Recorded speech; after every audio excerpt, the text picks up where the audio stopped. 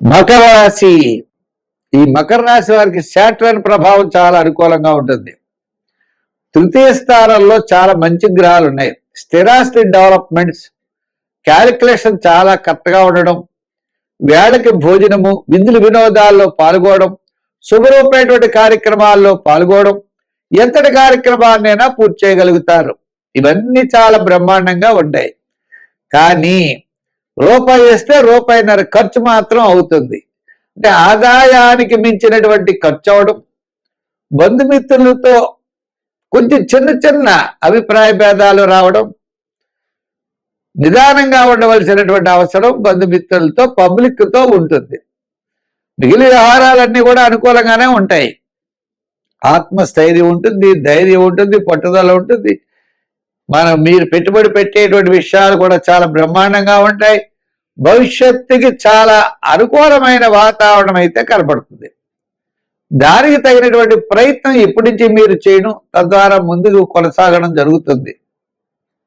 ఉద్యోగపరమైన సమస్యలు తగ్గుతాయి, రాజకీయపరమైన ఇబ్బందులు తగ్గుతాయి, వృత్తులపరమైన డెవలప్మెంట్స్ క్రమేపీ కనబడుతున్నాయి.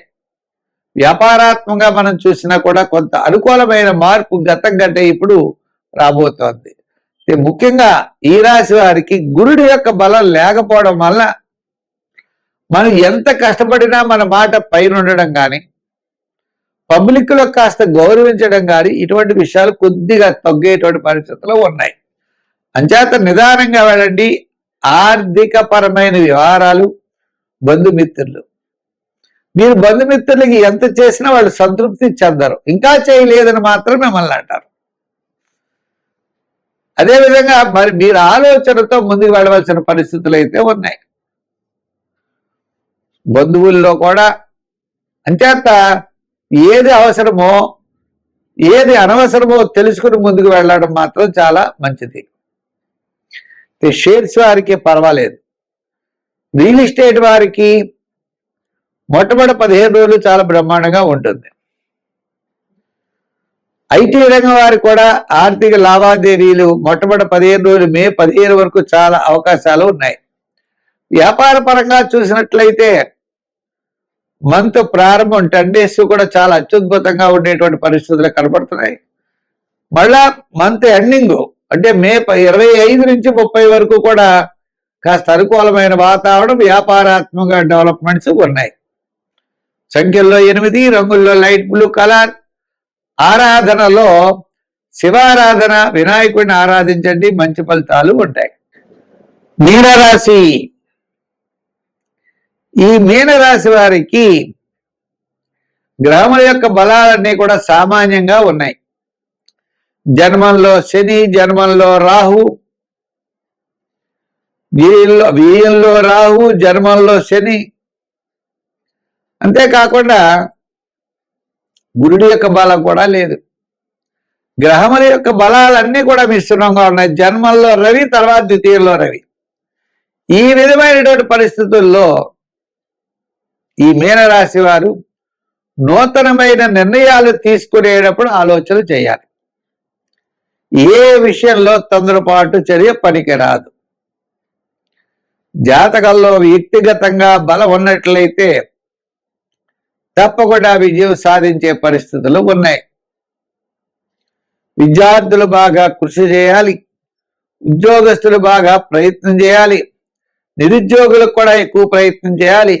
వివాహాది ప్రయత్నాలు చేసేటప్పుడు కూడా జాగ్రత్తగా ముందుకు వెళ్ళాలి. అనవసరమైన ఆలోచనలతో వెళ్ళకూడదు.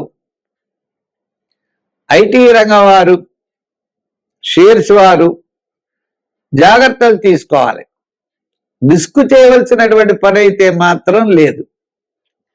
వ్యాపార పరంగా, వృత్తుల పరంగా సామాన్యమైన వ్యాపారాలు చేయాలి తప్ప ఏదో కొత్త వ్యాపారాలని చెప్పి వాటిలో పెట్టుబడి పెట్టినట్లయితే ధనం ఖచ్చితంగా పోవడానికి అవకాశాలు కనపడుతున్నాయి. చేత తెలియని వ్యక్తులు, తెలియని వ్యాపారాలు, తెలియని విషయాల్లో మనం వేలు పెట్టి ఇబ్బంది పడటం కంటే వాటి నుండి బయటపడడానికి ప్రయత్నం చేయాలి. చేత ధనమూలమిదం జగత్ అనే సూత్రాన్ని మనం తీసుకుంటే లోకమంతా డబ్బుతో నిండి ఉంది. మనం ఎందుకు రిస్క్ చేయాలి, ఎందుకు ప్రయత్నం చేయాలి? అంచేత మన టైం బాగోలేనప్పుడు ఉన్న దాంట్లో కాలక్షేపం చేయడం చాలా మంచిది. ఇప్పుడు ఎక్కడో ఏదో ఉంది, ఎక్కడ ఏదో జరుగుతుంది అని మనం అక్కడికి పరిగెట్టుకు వెళ్ళడం, లేదా మనకి వాళ్ళు ఎవరో హెల్ప్ చేస్తారు ఖచ్చితంగా మనం విజయం సాధిస్తామని అనుకోవడం, ఇవన్నీ తప్పు. వాళ్ళు హెల్ప్ చేయరు, మీకు డబ్బు సకాలంలో మీకు రాదు, మీరు ఇబ్బందులు పడడం ఖాయం. కాబట్టి అటువంటివన్నీ పెట్టుకోకుండా కొత్త కొత్త ప్రాజెక్ట్స్, కొత్త కొత్త విషయాలు వదిలేసి రెగ్యులర్ సామాన్యమైనటువంటి విషయాల మీద దృష్టి పెట్టండి. ఇబ్బందుల నుండి బయటపడతారు. నిరుద్యోగులు అవ్వచ్చు, ఉద్యోగులు అవ్వచ్చు, రాజకీయ నాయకులు అవ్వచ్చు, వృత్తులు అవ్వచ్చు, వ్యాపార పరంగా నూతనమైన వ్యాపారాలు, పెట్టుబడులు, డెవలప్మెంట్స్, ఇటువంటి విషయాలన్నీ కూడా జాగ్రత్తలు తీసుకొని సెకండ్ ఒపీనియన్ ద్వారా ముందుకు వెళ్ళడానికి మాత్రం ప్రయత్నం చేయండి. అనవసరమైన విషయాలకు వెళ్ళకండి, ఇబ్బంది పడవద్దు. సంఖ్యల్లో 4, 7, ఆరాధనలో నవగ్రహారాధన, ఎక్కువ శని భగవాను పూజించండి.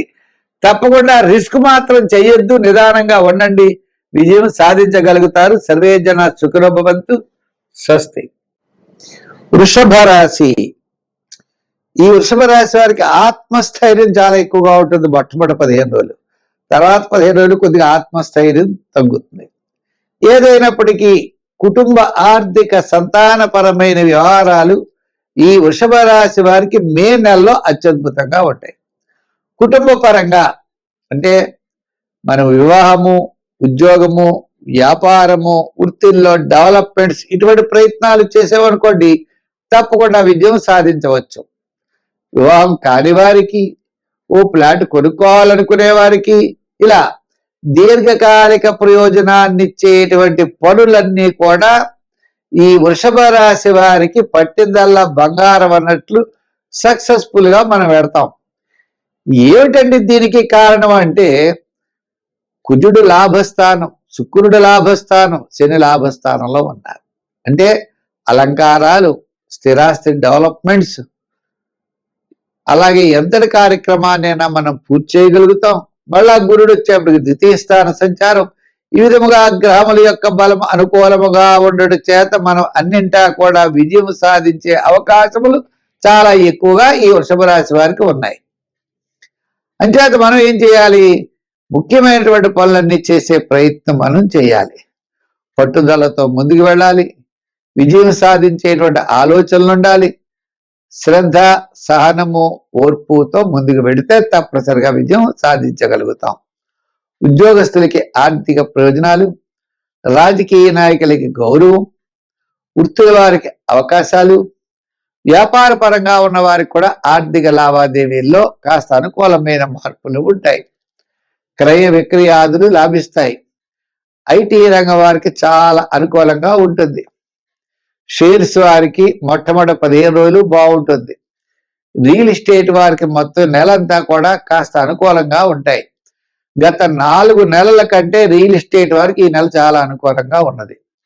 ఐటీ రంగం వారు కూడా ప్రాజెక్ట్స్ రావడం, కొంత ఆర్థిక సర్దుబాట్లు జరగడం ఉంటుంది. ఇంకా జనరల్, కిరాణా, మెడికల్, ఫ్యాన్సీ, గృహోపకరణాలు, వస్త్ర ఆభరణ వారికి కూడా ఈ రాశి వారికి చాలా అనుకూలంగా ఉంటుంది. అయితే మరి ఈ రాశి వారు చేయవలసింది ఏంటి అంటే సూర్య భగవాను పూజించడం మంచిది. ఆదిత్య హృదయాన్ని రోజు పఠిస్తూ మనం గోధుమ పిండి చిన్న చిన్న ఉండలు చేసి ప్రవహించే నదిలో వేయడం చాలా మంచిది. నదులు దొరకని వారికి ఈ గోధుమ పిండి ఉండలు వేసి చిన్న చిన్న ఉండలు కాకులకు ఆహారంగా పెట్టడం కూడా మంచిది.